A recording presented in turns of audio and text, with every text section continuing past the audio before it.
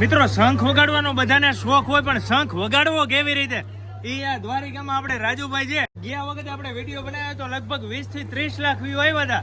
રાજુભાઈ ફરી વાર એકવાર શીખડાવી દો તો કેવી રીતે વગાડવાનો, એમ કહીને કયો, આમ વગાડાવીને નહીં. બે હોઠ છે ને, બે હોઠ વાગે તો શંખ વાગે, બાકી જો આમ ફૂંક મારો આમ તો નહીં વાગે, બાકી જો આમ કરો તો વાગે.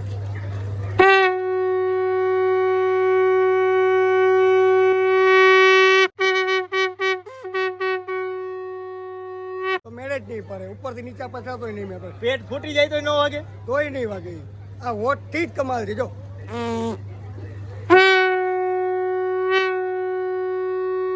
ભાઈ હોઠ વગાડવાના છે, હવા નથી મારવાની, બરોબર ને? અને તમે કદાચ દ્વારિકામાં આવો, ગમે ત્યાંથી, ગુજરાતમાંથી આવો, રાજસ્થાન, મહારાષ્ટ્ર, પુના, કદાચ બેંગ્લોર થી આવે કે લંડન, આફ્રિકા થી આવે ને, તો દ્વારિકામાં રાજુભાઈ તમારે અહીંયા શંખ લેવો હોય તો ક્યાં આવવાનું?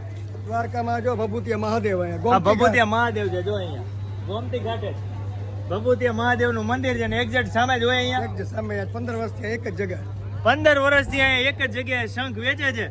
રાજુભાઈ તમારો ટાઈમ શું હોય? સવારે 8 વાગે, 8 થી 9 વાગ્યાની વચમાં રાતના 11 વાગ્યા સુધી. અને આઈટમ શું શું રાખો છો તમે? આપણે ગોમતી ચક્ર છે, કોળી છે, આ ગોમતી ચક્ર આ એના ફેમસ, આ ફેમસ આ ગોમતી ચક્ર એના ગોમતી માતાજીના ફેમસ આયા. અચ્છા, ગોમતી ઘાટે આવે એટલે આ ગોમતી ચક્ર લેવાય. આનાથી શું ફાયદો થાય? આનાથી આપણે પૂજામાં રખાય, લક્ષ્મી પૂજનમાં ઘરમાં કામ આવે. અચ્છા, પછી બીજું આ બધી વસ્તુ પૂજા પાણી એવી છે ને? પૂજા પાઠની બધી વસ્તુ આવે. આપણે આ કોળી લક્ષ્મી પૂજનમાં કોળી ને ગોમતી ચક્ર બે વસ્તુ ફેમસ આવી. અચ્છા, પછી બીજું આ શાલિગ્રામ છે. શાલિગ્રામ એટલે પૂજાની ઘણી બધી વસ્તુ હોય, દરિયાઈ વસ્તુ અહીંયા મળી રહી. દરિયાની વસ્તુ બધી મળશે. દ્વારિકામાં ગોમતી ઘાટે ભભૂતિયા મહાદેવની સામે, બરોબર ને? અને હવે આ વખતે તો આપણે રાજુભાઈનો નંબર મૂકી દઈએ. દ્વારિકા આવો એટલે જરૂરથી રાજુભાઈ પાસેથી એક શંખ લઈ લેજો, એક યાદી રૂપે લઈ લેજો.